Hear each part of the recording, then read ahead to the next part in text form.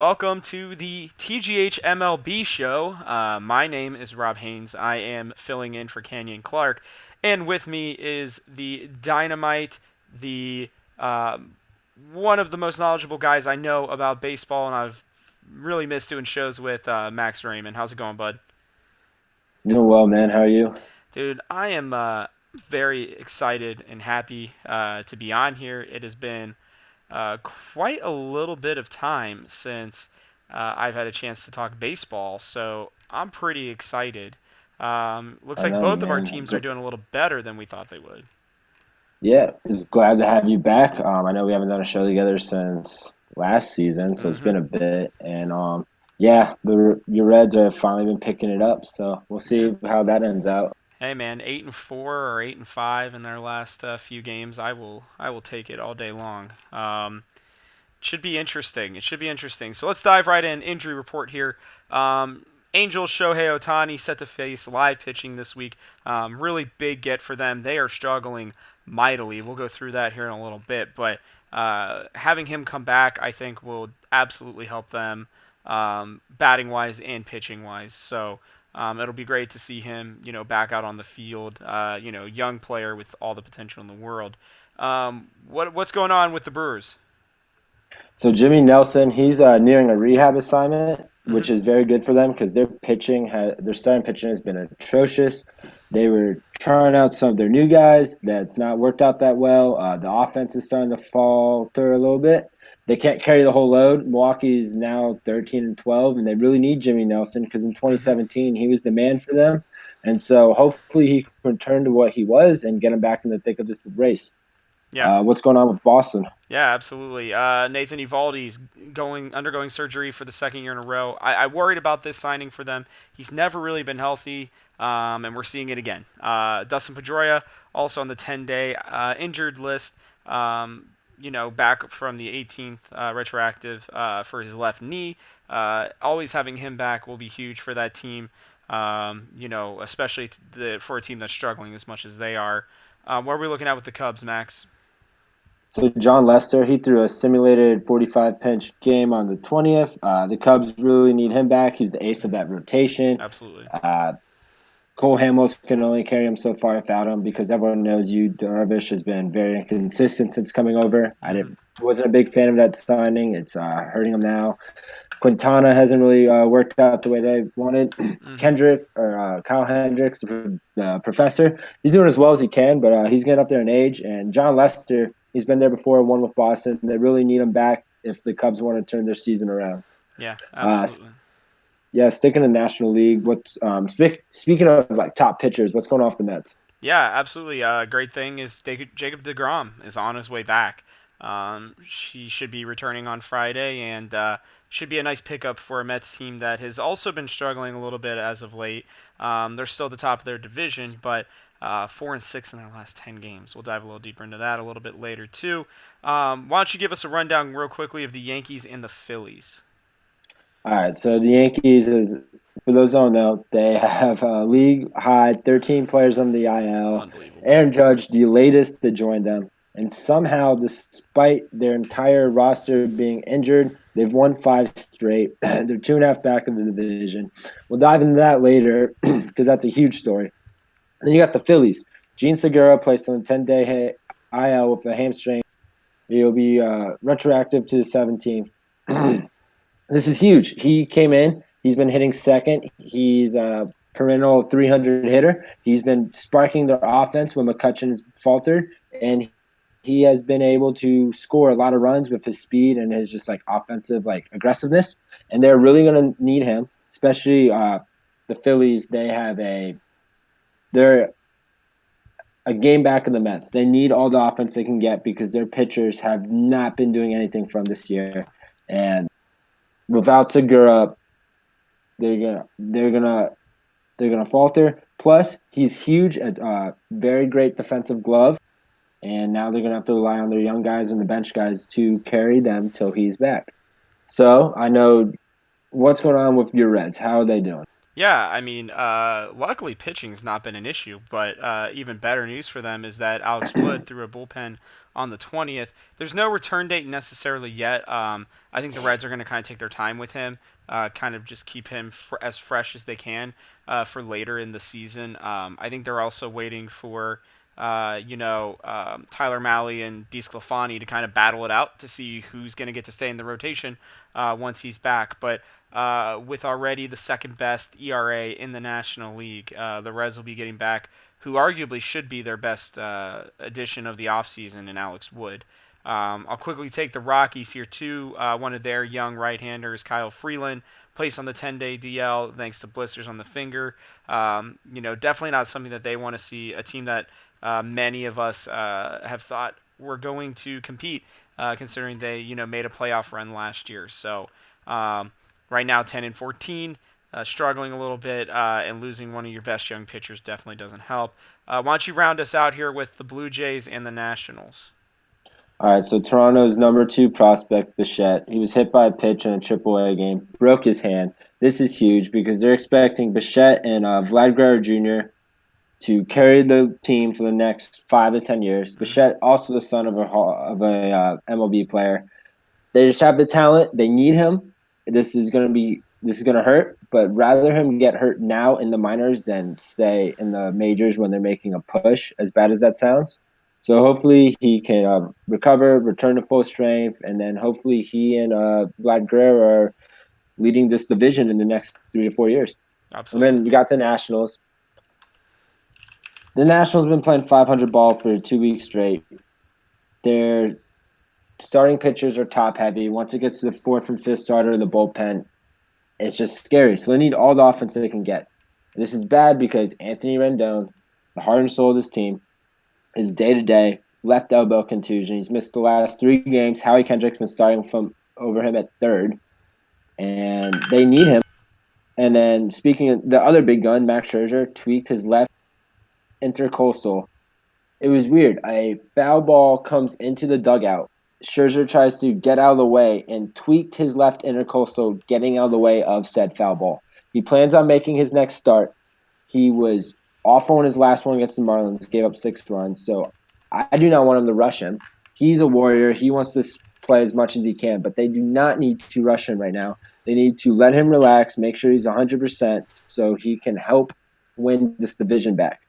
And that's about it for the injury report for this week. Yeah, let's move on to Around the Horn. For those of you who are new, who may not know, Around the Horn is where we talk about each division. We quickly go through, what's going on in the division, some interesting points. So we'll have Max lead off here in the AL East. One of the divisions that we expected to be one of the best, but still having some unexpected results. What's it looking like? So Tampa, once again, still in first place, 16-8, 2.5 game lead over the Yankees. Yankees are close behind. They've won 5 straight. They've 8-2 in their last 10. Tampa's 5-5 in their last 10. They struggled against the struggling Red Sox, which is not good. Then, surprising enough, you got Toronto third, 11-13. Then Boston, they're making their move. They're 9-15 right now. Right behind them is the Orioles 9-16, who everyone thought's going to be in the cellar. Boston was able to pull together a few wins. They're 4-6 in the last 10. They've lost 2 straight, but things are looking up despite everything that's going on. JD Martinez can help carry that offense, and if Chris Sale returns, they should be back in first place. So, what's going on with the AL Central? AL Central's kind of panning out how we expected to. Minnesota and Cleveland are battling it out right now. Minnesota with that 1.5 game lead at 13-8, and Cleveland at 12-10. Then Chicago and Kansas City are kind of rounding out the bottom, but the surprise has been Detroit. Detroit's 12-10. And it's definitely not because of their offense. We knew that their offense was going to struggle a little bit. Miggy has just not been getting it done. I don't even know if he is even healthy right now. I'll have to check that really quickly. But the more important thing to note is the fact that their pitching has just been outstanding, and it's not coming from guys that you would expect it to, like Matt Boyd. Right now, a lot of it's been coming from people like Tyson Ross and some other less known names. So it's kind of cool to see that. I don't know if they can keep it up, if I'm being honest, because you don't look at their offense and say, okay, their offense is eventually going to pick up, and you don't look at their pitching and think, okay, their pitching is going to be able to stay the same like this. So we'll really have to see what happens with them. I still think it's a two-team race between Minnesota and Cleveland, but let's have you do back-to-back ones. Can't let you not talk about your Nationals, so we'll go AL West and then NL East. Break it down for us. All right, so one sec. I looked it up for you. Miguel Cabrera is healthy. Is he He's healthy? not Okay. his usual 340 homer self, but he's hitting 280. But he's yet to hit a homer this year. Yeah, yeah. That injury like 2 years ago, I think may have completely derailed his career. Not in Yeah, a not in like a he's donezo, but it's very clear that his power is not what it was. You know, that effortless swing to hit home runs is just not there anymore. And it's kind of sad to see considering, you know, a guy who has 465 home runs, and a lot of us expected a couple years ago to really be that guy who could potentially be going for the home run crown. We'll have to see what happens. You know, he only had 3 home runs last year. He was injured for almost all of it, so he's still a generational talent. But he's got to get those 500 home runs. He's got to hit 35 home runs in the next couple years. Otherwise, we're going to be looking at somebody who's going to be a fringe Hall of Famer instead of what we hmm, anticipated to be a first balloter. So, I agree. yeah, yeah. So So, take us through the AL West. all right, so over in the West, the Mariners have once again retaken that division. Mm-hmm. Huge surprise, 16-10, half game lead over the Astros. No one expected this. They traded everyone. Jerry Dipoto was like, "You get a Mariner, you get a Mariner, you get a Mariner." He, everyone was gone, but they hit this streak of hitting a home run in every game. And I don't remember what it was at. Last time I checked, they had homered in 20 straight games. I don't know if the streak's still going. And it's funny, they're 5-7 at home, but they're 11-3 on the road. They're 3-7 the last 10, lost two straight. Thankfully for them, Houston's been struggling.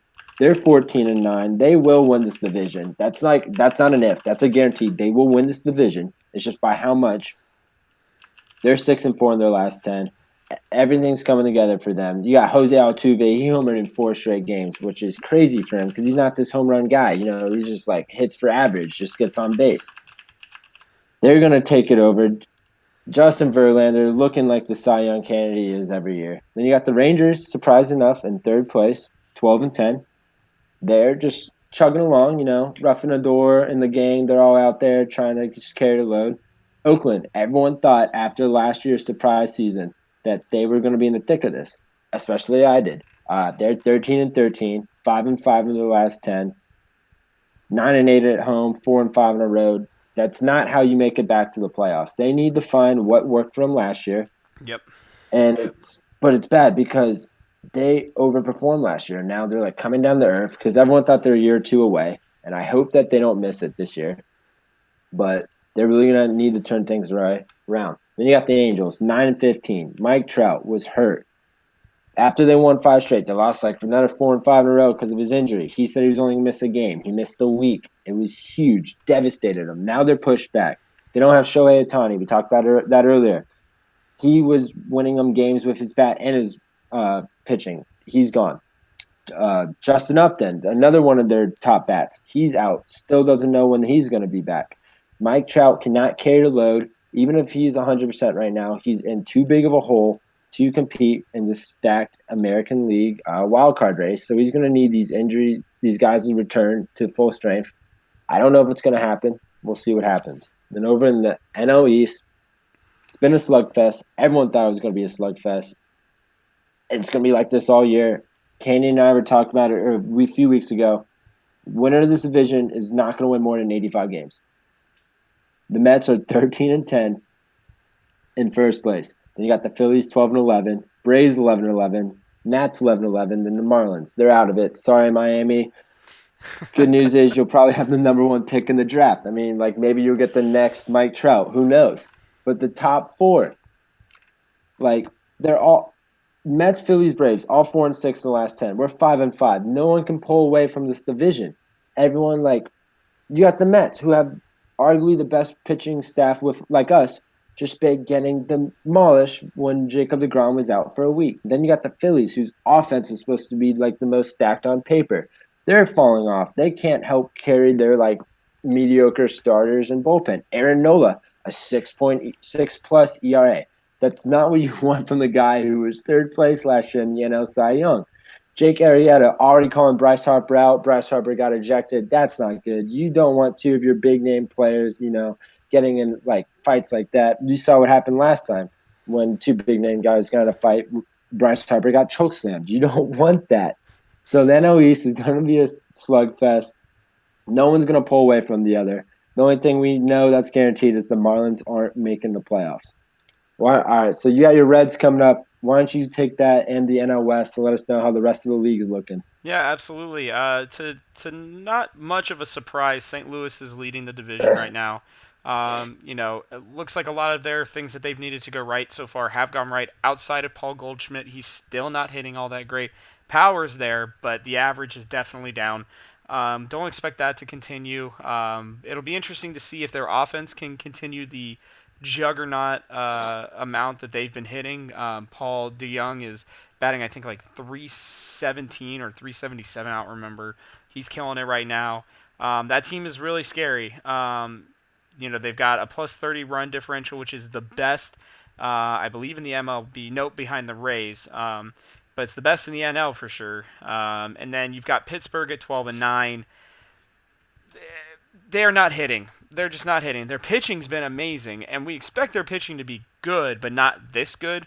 We'll see if they can keep it up. There's definitely a chance that they could, but their offense definitely won't stay down here either. They've got too many talented guys. They're still trying to figure it out. They're not playing Colin Moran enough. I don't get that. Colin Moran was easily one of their best players last year, and I expect him to get way more playing time in the future. The Cubbies are 8-2 in their last 10 games. They finally picked it up. They are going to start getting healthier. Their hitting's going to continue to come together. It's just going to be whether or not they can all stay together because they're one or two injuries away from being one of the worst teams in the National League. I know Cubs fans don't want to hear that, but it really comes down to the fact that their bench isn't very deep and they don't have a lot of people waiting in the prospect area down in the minor leagues for them to really call up anybody. Sorry to, again, Cubs fans. I still think they're the team that wins this division, but serious injuries to any two or three of their players could be detrimental because they also don't have the trade capital. Milwaukee just signed Gio Gonzalez, by the way, 1 year, $2 million. No surprise there. Their starting pitching and their pitching in general is just not good. I've been preaching this for a while now. Most people don't want to hear it, but they have given up the second most amount of runs in the National League with 132. They're the only team in the NL Central with a negative run differential at minus 11. They're 3-7 in their last 10 games.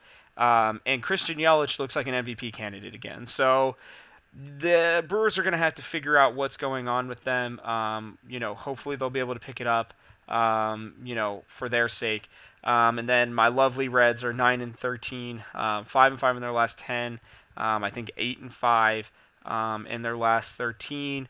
That 1-8 start. We've got to stop having these unbelievably bad starts. Last year was 3-21. This year it's 1-8. You can't have those and expect to continue. Their offense on paper should be one of the best in the National League. It hasn't panned out that way yet. Scooter Gennett's coming back in a month. This team's gonna start hitting. Whether their pitching can hold up or not, we don't know yet. But so far, they've given up the second least amount of runs in the National League, behind the Pittsburgh Pirates, and have a plus 5 run differential actually. So their expected win-loss, based on the runs scored and runs allowed, would actually put them in second place in the division currently. So it's kind of interesting to see, and they've lost almost every one-run game outside of last night. So we'll see what happens. I still think the NL Central and the AL East are going to be the most interesting divisions to watch as the year goes on. The NL West, though, has been interesting, I guess would be another good word for it.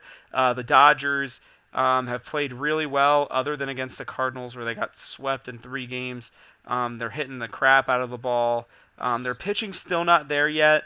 They've given up 114 runs this year, which puts them in the top of the league for the National League, but they still have a plus 24 run differential.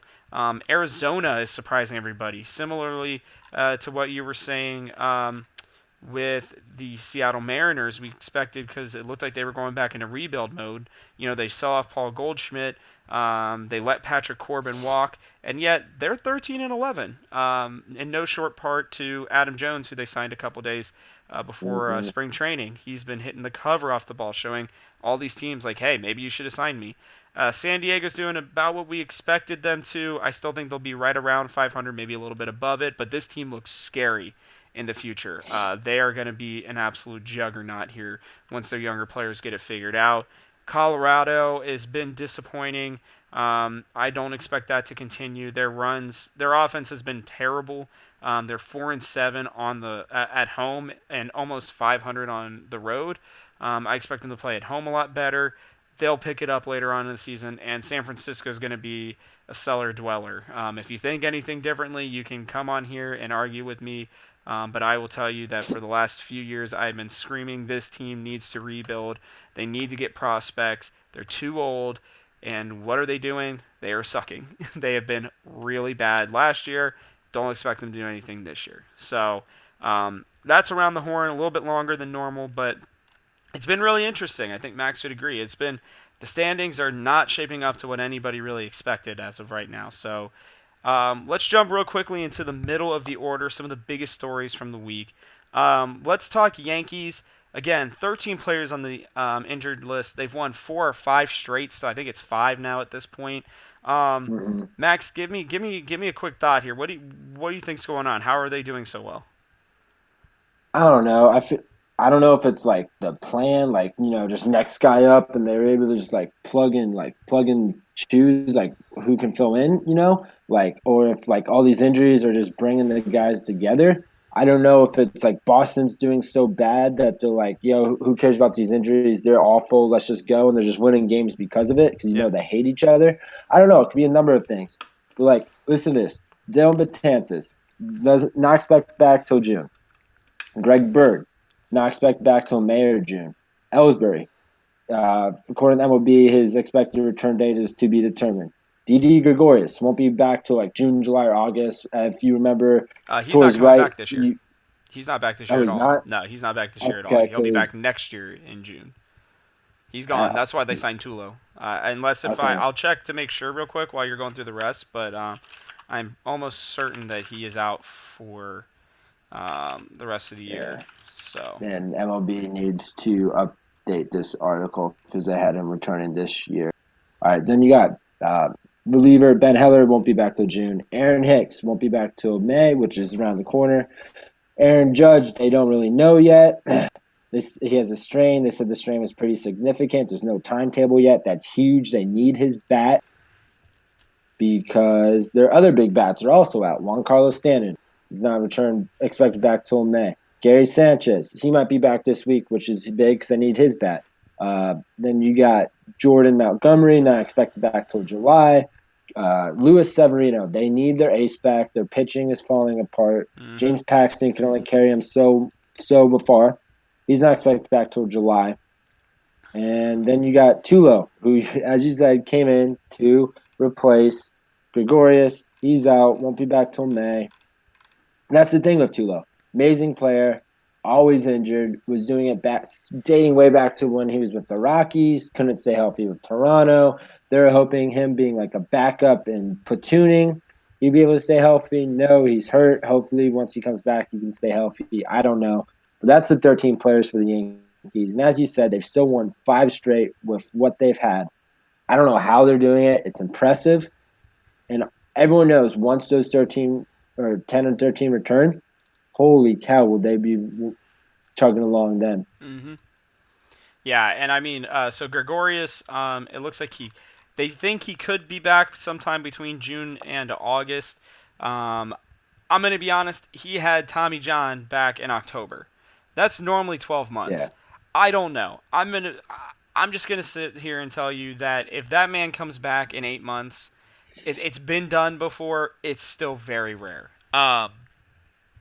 If he does come back, I think it'd be a huge surprise. As for the rest of the Yankees, yeah, the fact that they're still able to do this, it just shows how well this organization has been built by Brian Cashman. I know a lot of people don't want to admit it, maybe either because they don't like him or they don't like the business practices of the Yankees as a whole. I'm not going to sit here and hype them up too much. I do think, like the Cardinals, for some reason they're able to get these steals in trades that are unbelievable at times. But when you have Clint Frazier, who's able to just come up and be not only a good player, like we all knew he had the potential when they traded for him from the Indians. We all knew that he had all the potential in the world to be a very good player, but I think he already has 6 home runs this year. And he's only been playing for maybe half the season so far. I'm checking on that right now. But then you got Lucas Voigt, who they got from the St. Louis Cardinals, he was kind of like a throwaway. Clint Frazier's played in 18 of their like 24 games. He's batting 324, 6 home runs, 17 RBIs. He's got 22 hits. He's leading the Yankees in almost every category, and he's probably their fourth or fifth outfielder. Then you got Urshela. I think it's Gio Urshela, excuse me. Also a cast off from the Indians in a trade for the Yankees. He's got 11 hits and 39 at bats. He's batting 282. I mean, it's kind of crazy. DJ LeMahieu. I remember going on the Yankees subreddit, and people were yelling at me like crazy when I was like, "Hey, I think DJ LeMahieu is going to be a really good player for you." Well, he's batting 272, home run, 10 RBIs, 6 doubles, and his defense is incredible. So, as this team continues to go throughout the season and get, Andujar back, get Stanton back, get Judge back, get all their pitching back, get Greg Bird back, who I think has probably lost his starting job. But you name all these players, and they're going to be scary. The fact that they're still 13-10 is horrifying to the rest of the MLB. Because I don't think I've ever seen a team this injury ravaged. I think I saw a tweet the other day that said something about with all the players they have on the injured reserve list, they could actually have a full starting lineup, a top of the line reliever in Batansis, and Severino at pitching. It's incredible. So we'll see what happens with them. Let's go into the A's getting good news on their ballpark.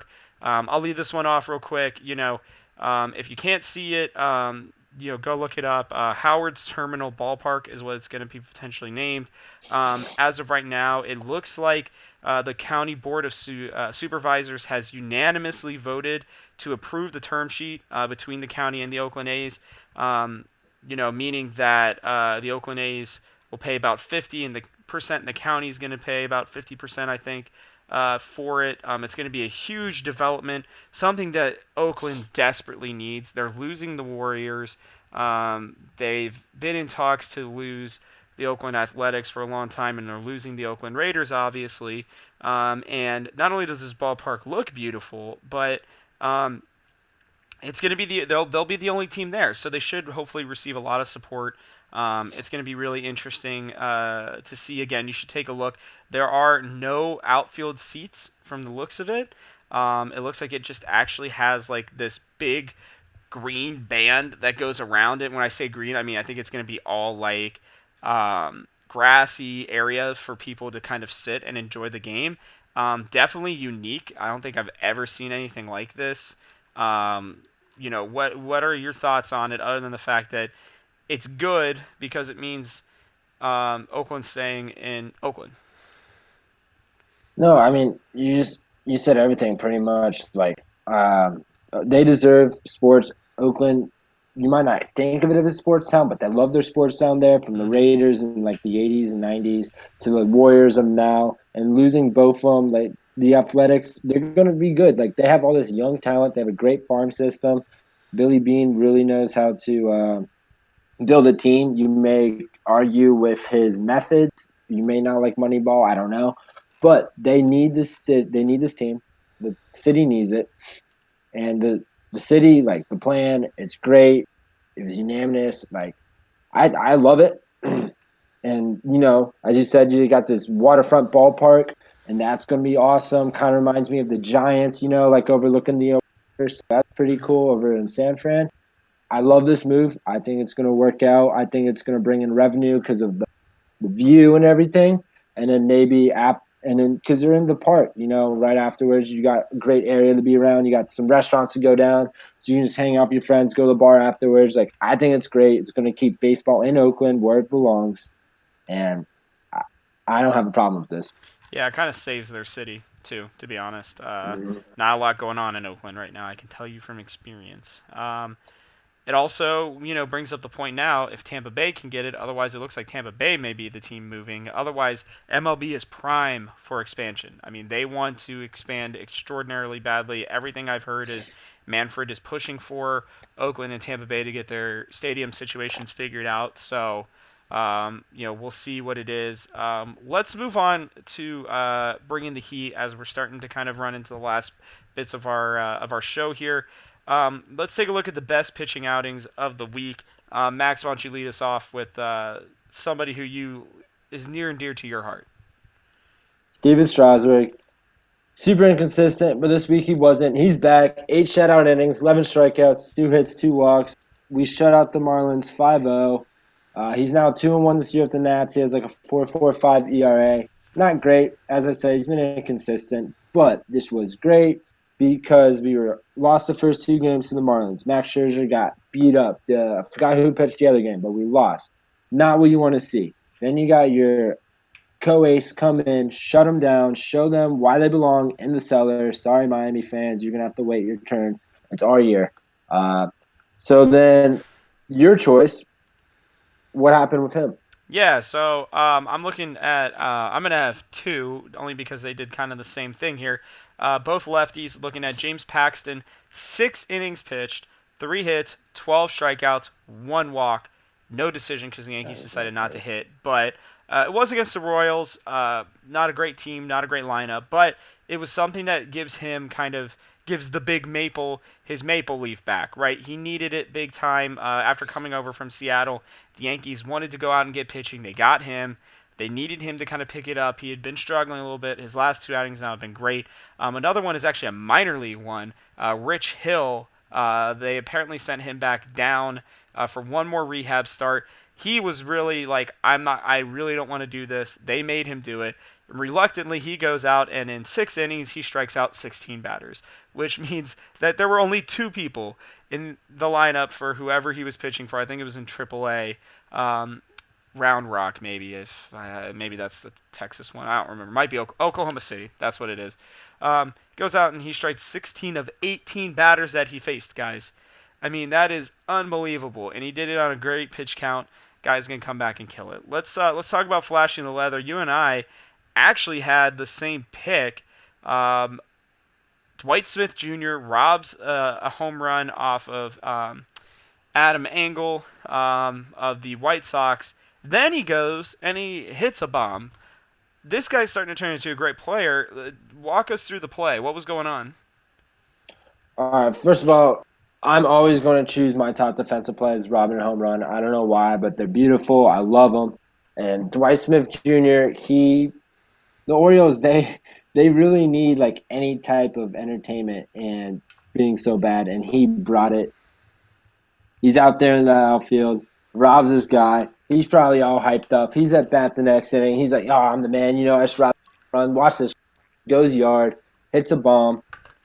All 20 Oriole fans are probably going nuts. I don't know. I was like, that stadium's pretty empty, which is crazy. They have a beautiful stadium. Go check One of out my Camden Yards. favorites. But yeah, so they're probably going nuts. Orioles Reddit, very loyal. They're probably just going crazy, all 25 of them. I don't know. I thought it was sweet. Like broke it down perfectly. I mean, it was just a great play. Absolutely, absolutely. We'll move in here then to bringing the lumber, which is where we talk about best games from the plate. Um, let's talk about somebody who people are probably going to be a little surprised to hear his name. Max, deliver it to us. All right, so I actually got two because I'm going to flashback for a second. You remind me of something when you were talking about Paxton. Your second, I thought you were going to choose this other guy, and I'm going to go with Zach Wheeler. He did both in that game. He struck out 11 through 7 innings, but then first inning doubles off the Phillies. Next at bat hits his first career home run. Zach Wheeler helped lead the Phillies to, or helped lead the Mets over the division rival Phillies to a 9-0 slaughtering. I love it. I love to see it. I hate the Phillies more than anyone in the division. Love to see it. At the plate, Zach Wheeler went 2 for 3 with a double and a homer. He did strike out once, 3 RBIs. I mean, it is what it is. He's a pitcher. It's sweet. And then the one that people are going to be surprised is my boy, Chris Davis. Not of the Oakland Athletics, but Chris Davis with a C. He's back. The other day, he went, where is it? Sorry. He went 2 for 4 for homer, 2 RBIs. They helped beat up on the White Sox 9-1. I understand the White Sox aren't that good this year, but the Orioles are not good either. Great to see. After he goes over 54, he has a few homers under his belt now. Chris Davis is slugging it out. This was his second homer of the year, 10 RBIs on the season now. But if you look at it, the reason this is so impressive, because since his slump in the last week, Chris Davis is hitting 385, 5 of 13, 2 RBIs. Granted, the RBIs and the homer all came in this one game, but I love to see it. He's back. And then your guy had a huge milestone. Why don't you take that over? Yeah, absolutely. Nolan Arenado, always in contention for MVP, always great with his glove, known for his glove. People forget that this man can hit 35 to 40 home runs, 300 and drive in 100. He's three for four the other night, two doubles, a home run, and what's most important is that home run was his 1,000th career hit already. Nolan Arenado has been looking pretty good this year, to say the least, while his team has struggled. And he's always been kind of that player that you think, hey, we can build a franchise around this guy, right? He's still pretty young. I think he's only 28 years old. So if he's lucky, he's got another 10 years left to play baseball. And I would have to imagine in the short amount of time that he's been able to accrue this amount of hits. I think it's been about 5 years now, maybe six. This is his seventh season. He is, been one of the best players in baseball and still one of the least known names. So definitely somebody that you should be on the lookout for. Um, let's jump into what's on deck. Let's highlight a big upcoming series. Let's start with you. Tell me about this Mets Brewers series that's on the horizon. So from Friday, April 26th or Sunday, April 28th, Mets are going to be in Milwaukee. Milwaukee's struggling. Doesn't matter. This is like high power offense versus high power pitching. Both teams are looking forward to, like, they both expect to be there in October. This could be the playoff preview. We don't know.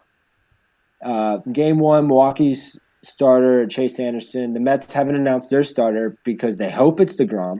That's the Friday start. They hope it's going to be him. And if that's DeGrom, that's the matchup you want to look forward to. Jacob DeGrom versus Christian Yelich. Cy Young versus MVP. And then you got Noah Syndergaard, the co-ace, taking game two. Then you got Steven Matz in game three. He was crushed his last game, so he's going to look bounce back against the Brewers. Brewers Absolutely. are looking to they smell blood in the water. They've been struggling. They know the Mets have been struggling. So this is going to be a huge conclusion course, and it's going to be awesome. Much watched baseball. So then, why don't you take about your series over in the American League? Yeah, absolutely. Boston, Tampa Bay. Um, I was arguing the other day. Right now, Tampa Bay, in my opinion, are very easily a top five team in the MLB. They have the best record in the MLB. Most wins, I think they're 16-10 right now. Going up against a team that we expected to have that record in the Boston Red Sox, who are 9-15 right now. Tampa's gonna really look to kind of separate themselves. If they can win two or three of these games here, they're going to be sitting really pretty at the top of the division. People forget they won 90 plus games last year. This is not a team you want to mess with. and they're only getting better with time. All the young pieces that they've traded for, that Chris Archer trade is starting to look like an absolute steal for them. When you and I talked about it during the trade deadline last year, I'm pretty sure you and I both agreed that it was going to be a huge deal for Tampa Bay, and it seems that that's starting to Mhm. pan out that way. So we'll see. On the other end there, if Boston can pull it together, they have been terrible, and there's no way that that level of talent, the reigning, world champions should not be, playing like this. So we'll see if they're able to turn it around. Definitely make sure to turn it on. I think there's at least one of the games on ESPN. We're heading in here into our last few segments. Let's talk about the hot corner. What is a hot take for you in the upcoming week? I'm gonna stick with my Nats. They have a 3-game huge series coming up against the Red Hot Padres in DC. Manny Machado coming to town. My hot take: Nationals are going to sweep them. They haven't swept a team all year. They've only won a few series. They're, as I said, been playing 500 ball all year. It ends now. Game 1, Scherzer. Game 2, Strasburg. Game 3, Corbin. I understand our bullpen is very, very inconsistent at times. Last night, that bullpen threw a shutout. That was sweet. I'm predicting the same thing. Sean Doolittle is going to end up with 3 saves. My dude Kyle Bearclaw is going to make the Marlins regret yet another player walking out of that park. Another trade gone bad. Sorry, Bearclaw. He's going to go off in the series. Scherzer is going to bounce back from that drubbing the Marlins gave him the other day. It's going to be in his head. This is going to be one of his best starts of the year. Book it. Gonna be a sweep for Washington. You heard it here first. Interesting. Very, very interesting. My hot take here is going to be that Seattle falls off over these next couple games because they're 3-7 over their last 10. Their offense is starting to cool down a little bit, and they still have given up. Let me see here. Third most runs in the American League and um, fourth most in the MLB. Their pitching has not been there. We can't really expect their hitting to continue. They're finishing up a quick series in San Diego against the Padres. They're going to play here in a couple of hours. They just lost last night. They lost to the Angels the night before. They're going into a Rangers team that you can't kind of, you can't blink at, right? You got to make sure you pay attention to them. They're 12-10. And I wouldn't be surprised to see them potentially drop this one against the Padres. King Felix is no longer the king, sadly. He hasn't looked great over the last 2 years. Don't know if he's going to get that win tonight, and I will say that I think the Rangers take at least 2, potentially 3 from the Mariners, and you'll see them come back down to earth. And if that prediction holds true, they'll be 16-13 or 17-13, a lot more manageable for a lot of the teams trying to catch them. So we'll head into our last thing here, our closer segment. Let's talk real quickly. CC Sabathia, 7 strikeouts shy of 3,000, along with Randy Johnson and Steve Carlton is the only 2 lefties with 3,000. I need to get your thoughts here, Max. Is CC Sabathia a Hall of Famer? All right, I want to pull up his career stats real quick, but I'm gonna go ahead and say yes before I even look at his stats. He's 1-0 See, right now this season. 10 innings pitched and 2 games started. 4 hits given up, 4 walks, 8 strikeouts, an 80 whip. He's looked good in his 2 games back. all right, so in his career, he's 247 wins, 153 losses, 3.69 career ERA, a WHIP of 1.25. As we said, 2,994 strikeouts. Mm-hmm. I would say he's a Hall of Famer. He isn't going to get the 300 wins, and everyone knows 300 wins is almost a guaranteed to be in the Hall of Fame. Mm-hmm. But I would not be surprised. I mean, unless he gets hurt, he's going to break 250 this year. How many wins did he have last year? Last year Last year he had ooh, 9. He was 9-7 last year. so I'm gonna predict. All right, hot take. He's gonna finish this with 13 wins. He's gonna hit. He's gonna hit 260. career wins. And he's going to have his 3,000 strikeouts. He's going to be in the Hall of Fame.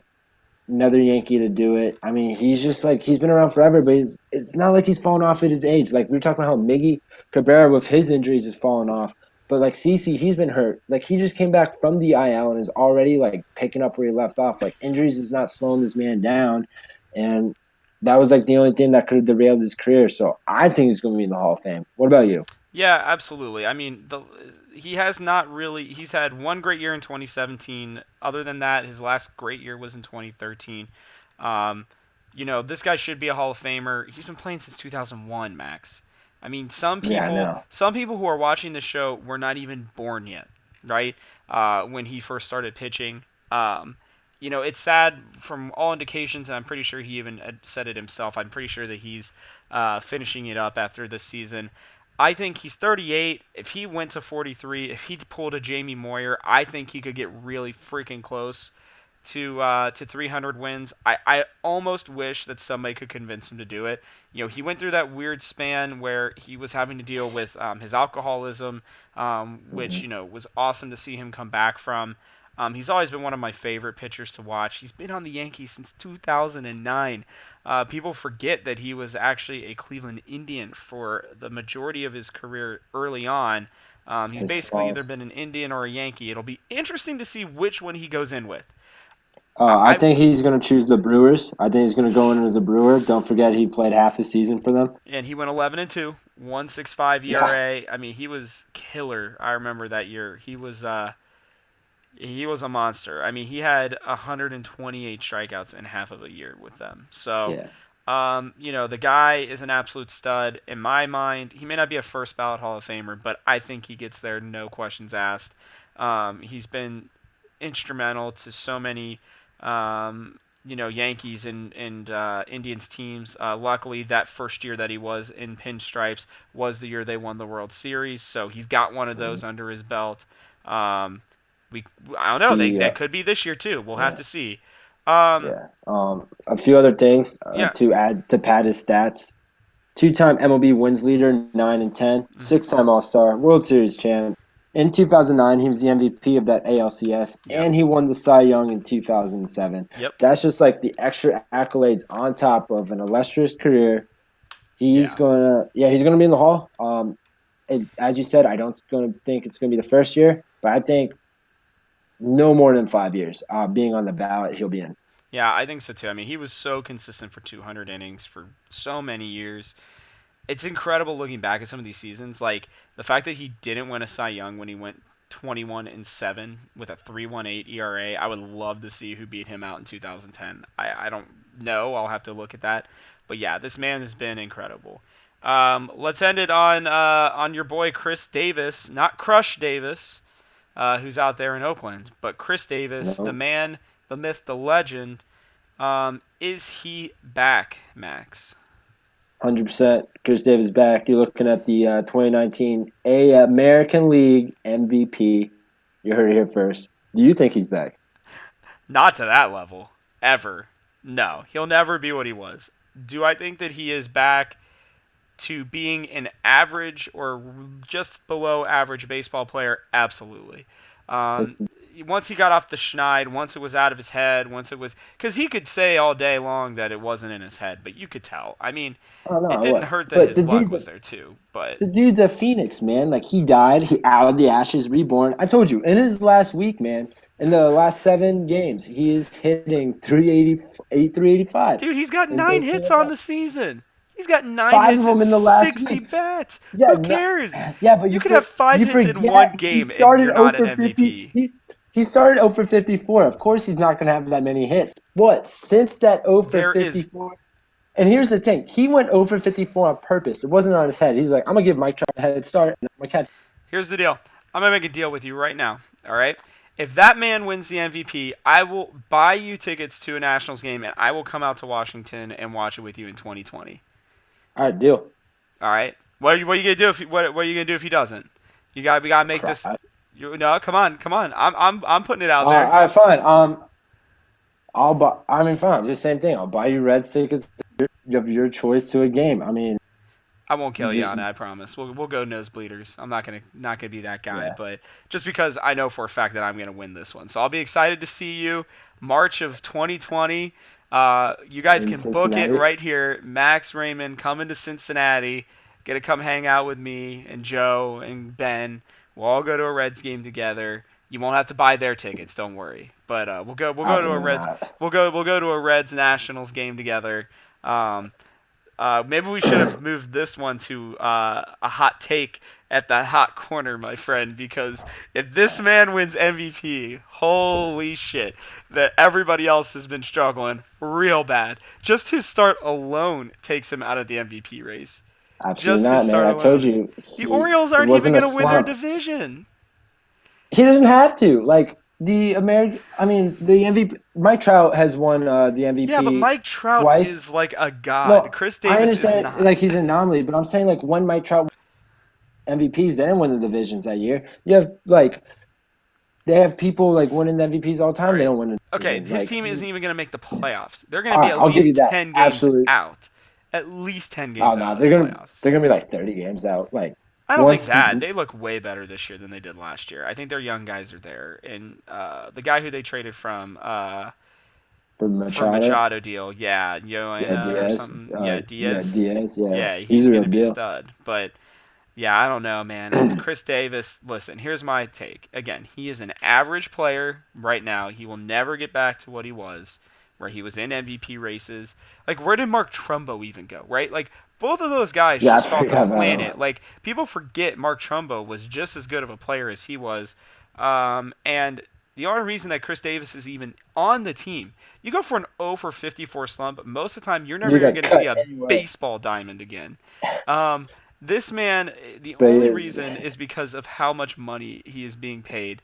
They cannot admit defeat. They figured he'd get through it eventually. Yes, no. he's going to get back to batting 220 probably for the year. I would bet money that that's be right around where he's at. He'll probably hit 20 something home runs because he's just got that weird power.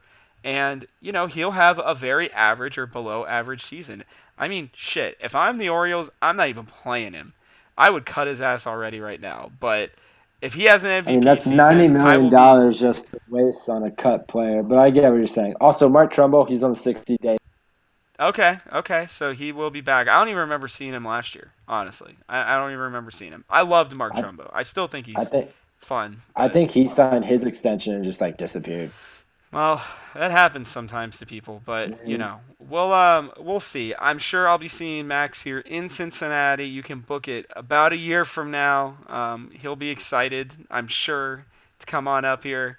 Um, if Chris Davis does have that kind of season, I will be ecstatic to be in Washington D.C. and go to my first Nationals game. I will be thrilled to have been wrong. But I can tell you right now, there's a 99% chance that I'm going to win this bet. It might be one of the best bets I've ever taken in my entire life. So We'll see. we'll see See you what in DC. happens. We'll see what happens. But yeah, this has been fun, Max, as always. For those of you who don't know, I do produce this show most of the time in the background.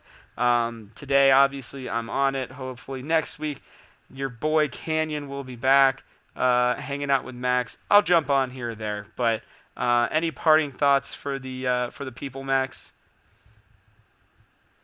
Not really. Just book it. Like I'm telling you, place your bets right now, Chris Davis. I will see you guys and Max in Cincinnati 1 year from now.